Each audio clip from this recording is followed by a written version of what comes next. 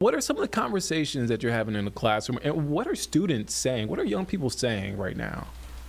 I think young voters, especially, are frustrated by our two-party system. And in the US, we have two major political parties as a result of institutional constraints like single member electoral districts and then plurality rule that allows the candidate with the most votes to win, not a clear majority, but just getting the more votes than the other opponents on the ballot. Young people are increasingly frustrated with these polarized political parties that force them to pick one of these two sides when the policy proposals and platforms of these parties may not reflect their underlying beliefs. Young people also are frustrated by the concept that we speak about in my class called affective polarization.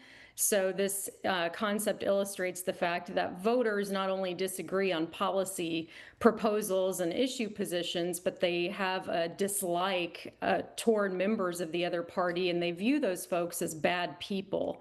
But younger voters are fighting back, and I'm really encouraged by my students because they are so engaged.